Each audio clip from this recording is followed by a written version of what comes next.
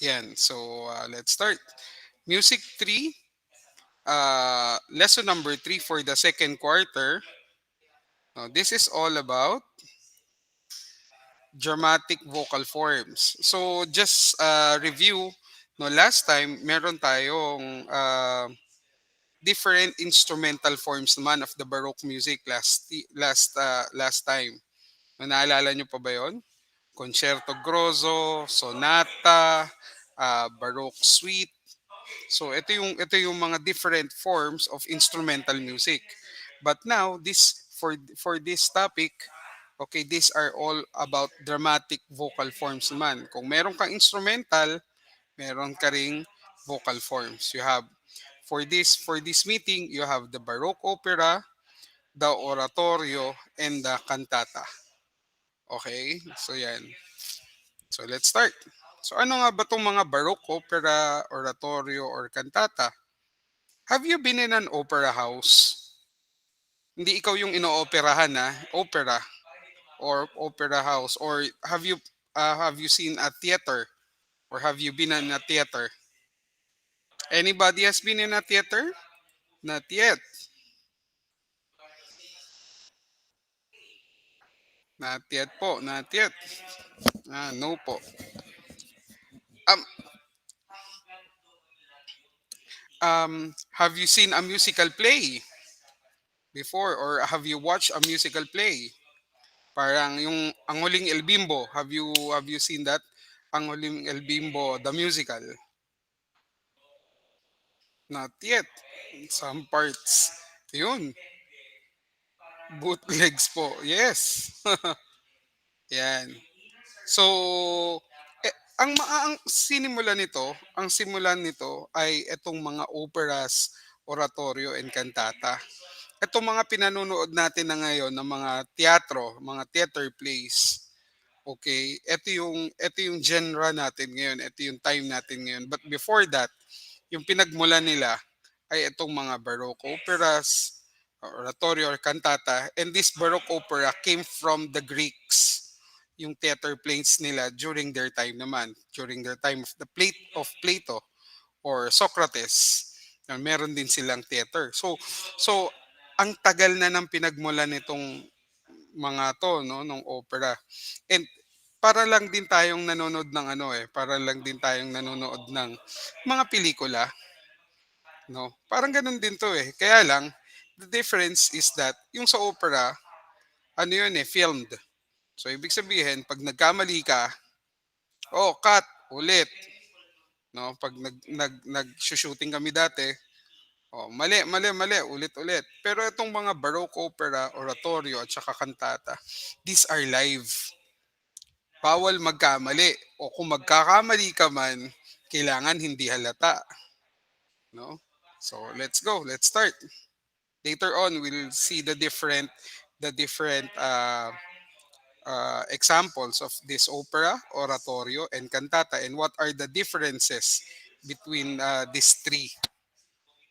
Okay, start. Next. So, what is an opera? An opera is a big musical performance about stories of affection and loss that combines poetry, acting, scenery, and costume with singing, dancing, and instrumental music.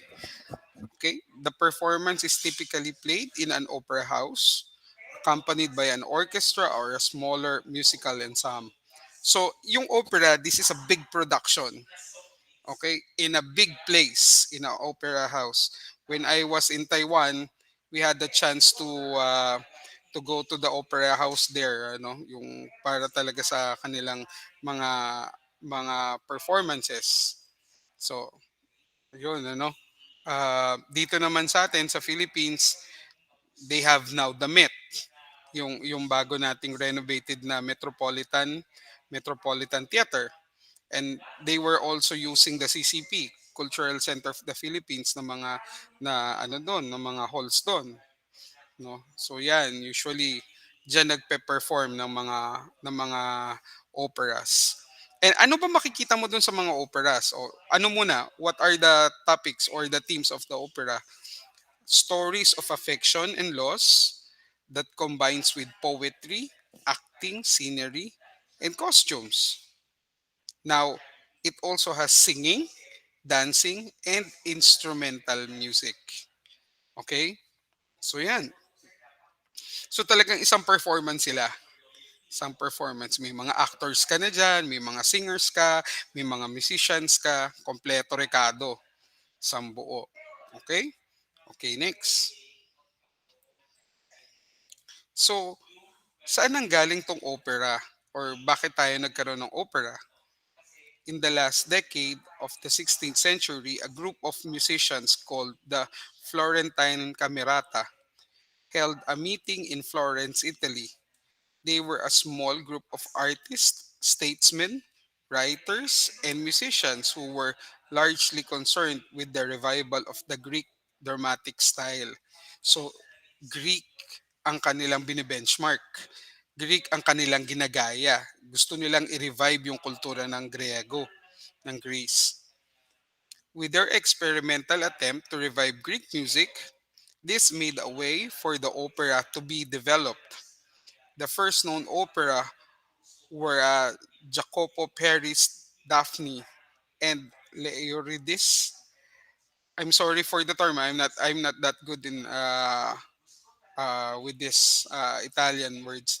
These are theatrical performances in which every line is sung. So yung bawat salitaan, yung bawat bato ng mga words, these are sung. And this is one of the difference between an opera and a musical theater. Yung musical theater may mga parts lang doon na kinakanta mo eh. Pero nagsasalita ka pa rin eh. But here in an opera, every lines are sung. Every conversations are sung. Every narrations are sung. Kinakanta talaga sila. Okay. Okay. So kaya nga pag sinabi nating opera singer, talagang ibig sabihin matitibay talaga yung mga boses niyan. Magagaling talaga sila. Ibiro mo yung haba na yung kakantahin mo, lahat ng linya mo kakantahin mo. Okay? So yan, ano? That's one of the difference. In a musical theater, no, some parts are being sung, some parts are being pronounced or talked. Pero sa opera, every lines is sung. Okay? Next, the earliest large-scale opera that is still performed today from the Baroque period is Claudio Monteverdi's Orfeo, no? Hanggang ngayon daw ay pinalalabas pa at ginagawa pa, no? This is Orfeo. 1607. Wow, 1607. Next, so let's look at this example.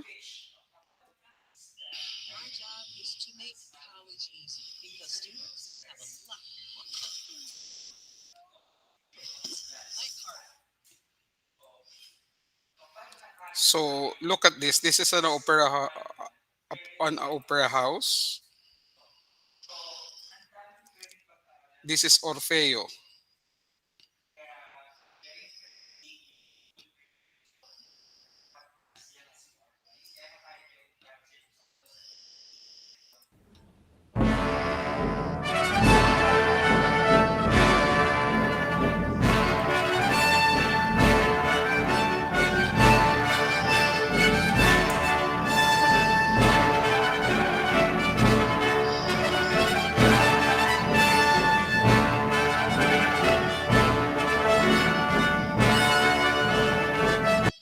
Now, I'll stop here. Ano yung nakikita nyo no, dun sa picture na to, no? Number one, you have your audiences na nandito, no? Nanonood yung audience. And look at the stage. So, yan yung stage nila. So, meron silang, the chairs are so, bakit Kiwel? Bakit? Why, Paolo? No? Ano nga siya eh, parang old style. Wala lang po, ang ganda ng design. Kasi this is old style eh. Diba? Opera nga eh, no? Even the background, look at the background, parang mga rocks, no? Pero these are the design for the background. Okay? Sige, let's continue. Yes, it doesn't look modern because that's from 1600. Yan.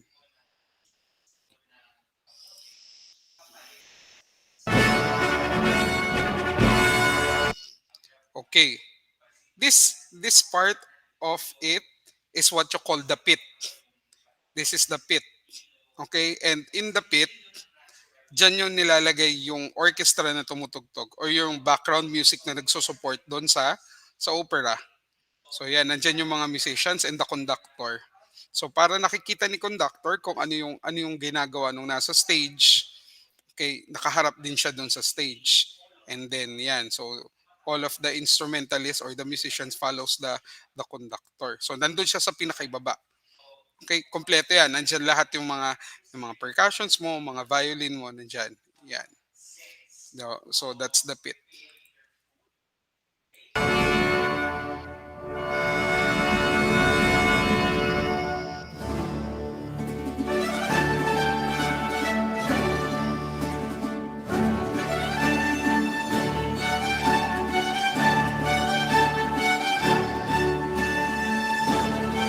I'll fast forward this.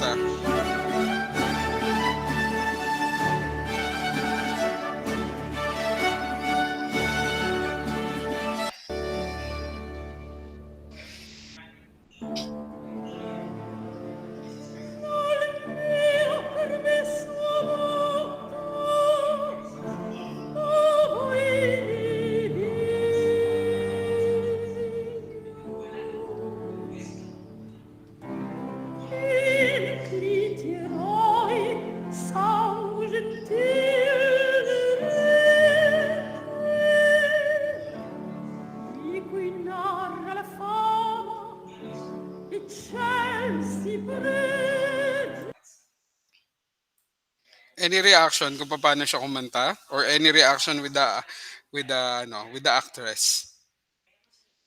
Yeah, ang taas high pitch. Yes. That's how they sing in an opera. Yan yung style. Ganyan yung ano nila. Also, her outfit is very wow. Hindi siya naka mini skirt. Hindi rin siya naka backless.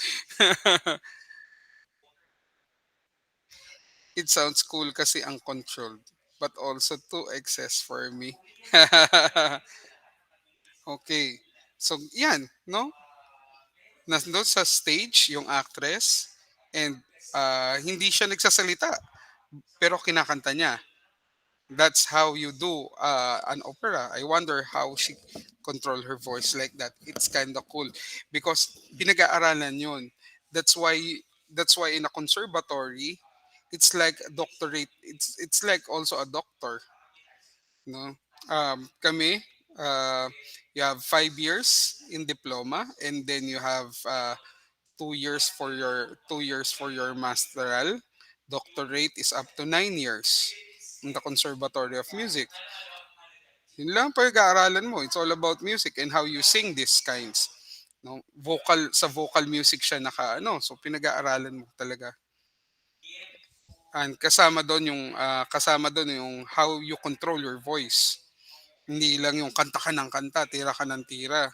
Kasi why? After few performances, sira na yung boses mo.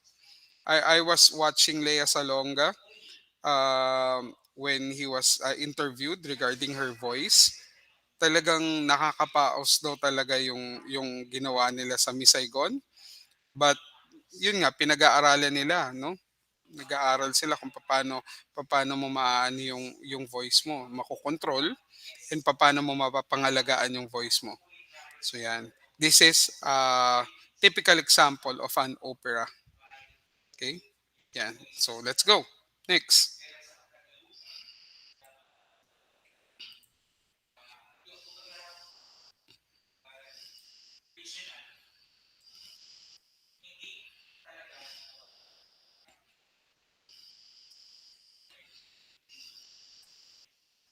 So, an opera is made up of many different parts. To name a few, let us discuss libretto, overtures, acts, arias, and recitatives. So what is a libretto? Libretto is the text or the script of the opera. So ito yung kinakanta nila. Ito yung kinakanta ng mga opera singers. Music is written by a composer. So nakita nyo kanina, habang kumakanta si opera singer slash actress, ay may tumutugtog na symphony orchestra. Kasabay sila. So kung ano yung kinakanta nung nasa taas ay siyang tinutugtog naman nung nasa ibaba. That's very difficult. Mahirap gumawa talaga ng isang ganito. And what's this? Libretto written by a librettist. No, it's a script. This is the script. So ibig sabihin yung gumawa rin ng script na yon ay librettist. Pagkatapos mong gawin yung script, no, I had some experience of doing this pero in a musical theater lang. Pagkatapos muna nilang gawin yung script, tsaka mo palang mahahawakan as a musician composer. Tapos tsaka mo palang gagawin yung notes, yung music ng part na yon, no. Dati we were doing this musical play when I was in a private school. So every year meron kaming pinapalabas na musical play for the children. So every year din gumagawa ako ng mga ganito. Pero hindi the whole opera, but it's some certain pieces lang. Gagawin nila yung script, then Sir Ryan, can you do the music for this? Okay, gagawin ko yung music and then gagawin ko lahat sa MIDI and then yun, habang kinakanta nila, tumutugtog yung MIDI na ginawa ko. Yan. What is an overture? An overture is an opening of an opera before the beginning of the first act. An example of this is the second video you watch in the history of the opera. Question: Have you seen my ano? Have you seen my webinar for Humanidades? Yes po. Have you seen that? How did I started? How was my webinar? How did my talk started? Yung mga nanood with the saxophone piece. Okay? You know why? Why it was good? You know why? Because I would like to use that music to have a better atmosphere, yung mood, parang appetizer pero para sa performance. Yes, parang appetizer, no. You want to set the mood eh. And overture is what they call that. In an opera, bago magkaroon lahat, 'di ba nakita nyo kanina? Bago kumanta yung singer, hindi agad siya kumanta, hindi agad siya pumunta dun sa stage, 'di ba? Ano, una tumutugtog muna yung the whole orchestra. And that is what you call your overture. It's setting the mood of the theater. It's setting the mood of the opera. And I also usually do that in my mga webinars and seminar because I want to set the mood. Hello, this is music. This is music seminar. And before I do anything, I want you to hear my music first. No? So yun yung ano nun, yun yung concept nung overture. This is setting the mood of the audiences, setting the mood of this listener to the theater or the opera that they would be watching. Okay. Two primary types of solo songs. We have recitative. Recitative is a narrative talk singing with the emphasis on the words to move the storyline alone. Sige, let's watch this video on recitative.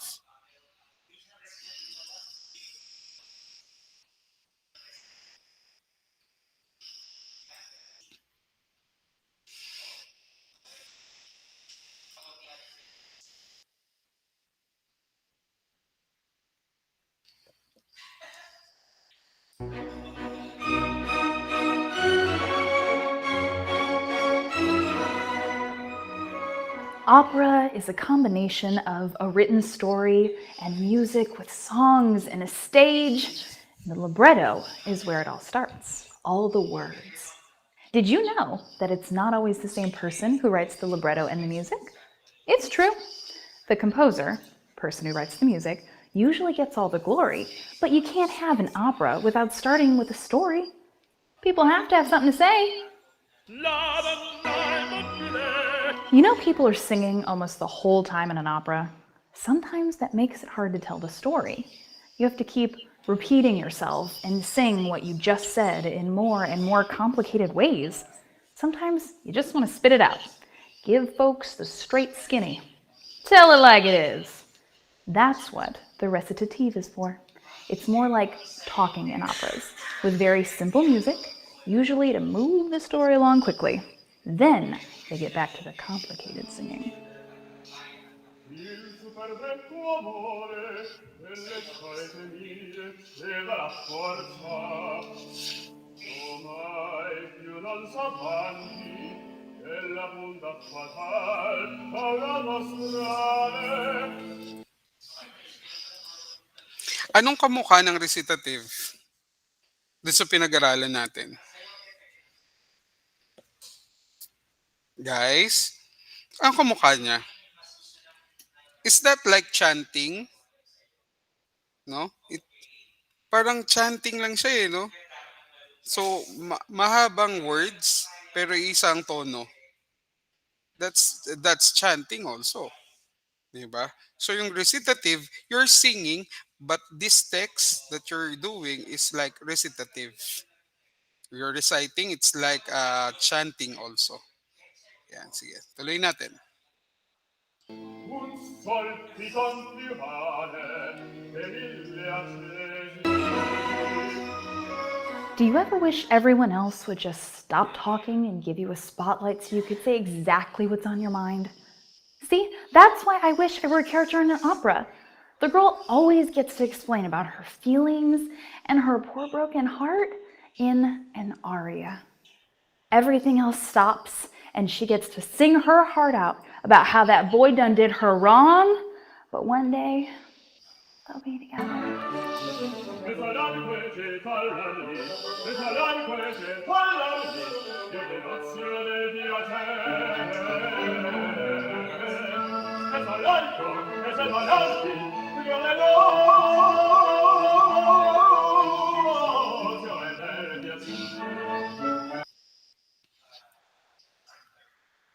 Yun. Sige, wait lang. So that's the aria naman, ano? Talagang these are complicated. Great. Yan. So let's go back.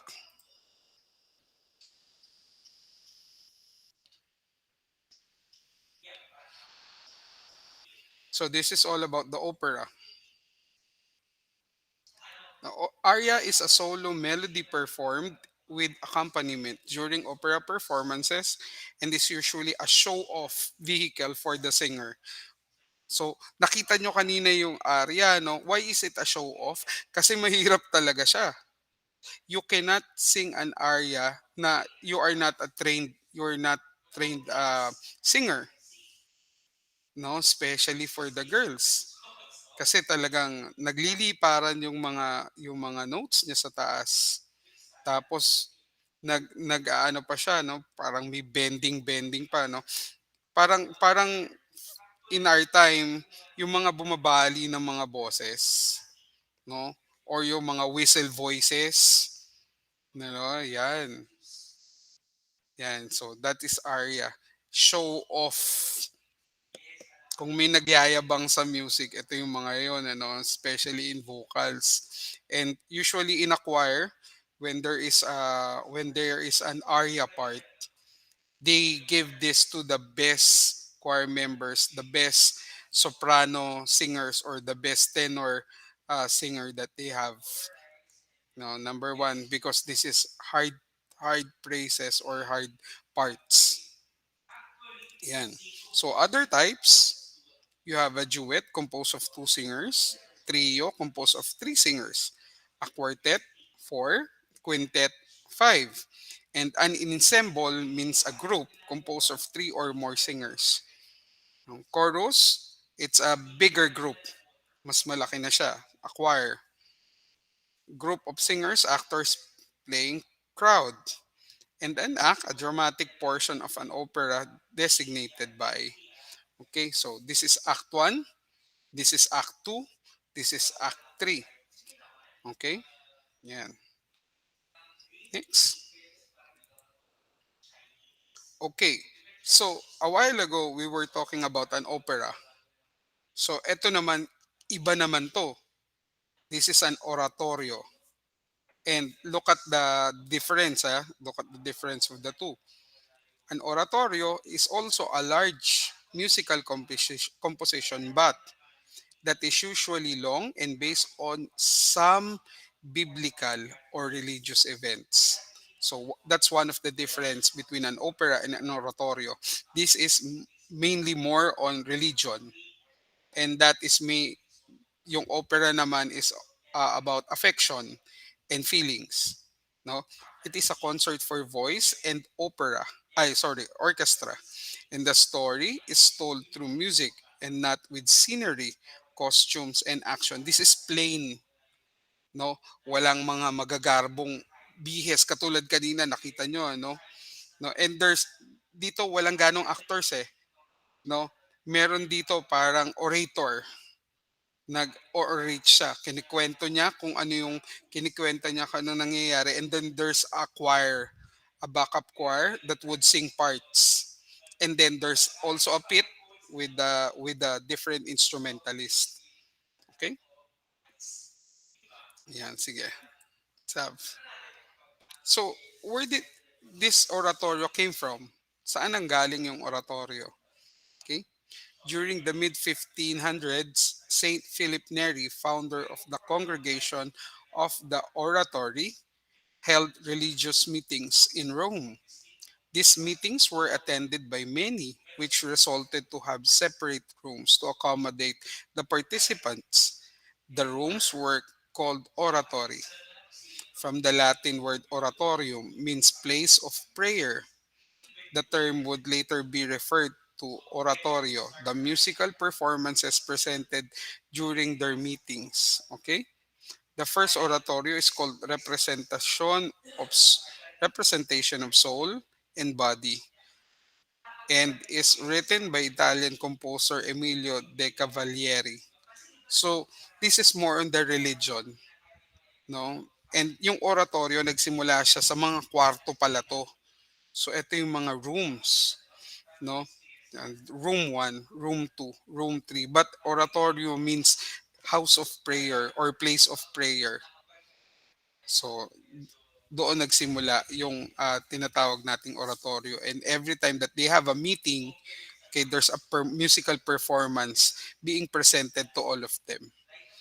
Okay, next. The Italian composer Giacomo Carissimi is known as the father of the oratorio. He established the dramatic choral works that we perceive today. According to Lumen, these are the types of the Baroque oratorio. So, what are the different types?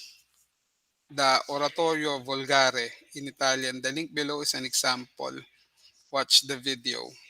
And the Oratorio Latino in Latin. So, there are two types. One is Italian, Italian speaking, and the other one is in Latin, Latin speaking naman.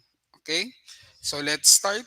Let's hear this oratorio uh, in Volgare, oratorio Volgare in Italian.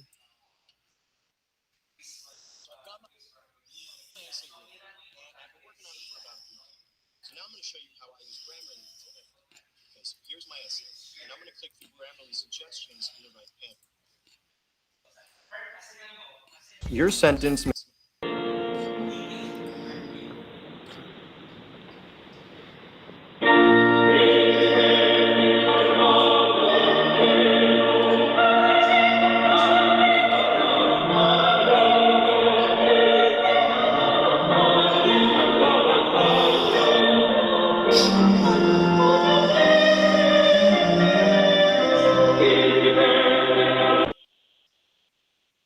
Okay, look at this video or this picture. So you have still the instrumentalists or the musicians there at the front row sa ibaba. Okay? So probably it's their pit then also, and also the conductor nakatingin din siya dun sa pinaka choir. What's the difference? The stage is not there anymore. The stage has wala na siyang mga background, no? Look at their yung mga damit nila, no? Sabi natin kanina, grabe yung damit dun sa opera. Now, this is plain black. Lahat sila. It sounds like a choir you'd hear on Christmas. Merry Christmas, Mike. So yeah, yes. The the the the major players for this are number one, the orators or yung nagsasalita, nagkikwento, the chorus or the musical ensemble of singers, and and the musicians. Nangangaroling tas oratorio. Yan. So yan. Kung kanina, you have actress, singers, opera singers, walang chorus yun. Or pwede naman maglagay ng chorus sa opera. But more dito sa more dito sa oratorio. Okay? Yan. So this is the same with oratorio Latino. But ang kinakanta nila, because here this is Italian ang kinakanta nila, and then yung isa naman ay Latin, in Latin naman. So same ganito din, no? Pero ang kinakanta nila ay mga Latin naman. Okay? Next.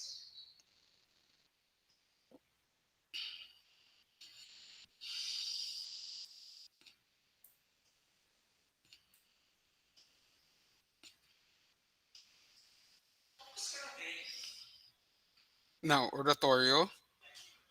All the elements of the oratorio are the same as the opera except that the oratorio typically lacks the actors. So walang actors. Sabi nga natin kanina, orators lang ang meron siya. Costumes, and there are no sceneries or background or act. Walang ganon, ano? The chorus is an important element of an oratorio, and the narrator or the narrator's recitative, help move the story forward. So yun. According to Lumen, these are the elements in an oratorio. There's also an overture. There's a music before the presentation for instruments alone. The various arias sung by the vocal soloists coming from the choir. The recitative usually employed to advance the plot. Finally, the chorus is often monumental and meant to convey a sense of glory. Frequently, the instruments for oratorio choruses includes timpani and trumpets. Okay. Have you seen a timpani? Have you seen, guys, a timpani? Hello, may kausap pa ba ako? Not really. Other people, yes sir. Niven, can you describe a timpani? Huh. I just heard it was a drum of some sort. Yes. No, not yet. So yung timpani, pag ganun siya,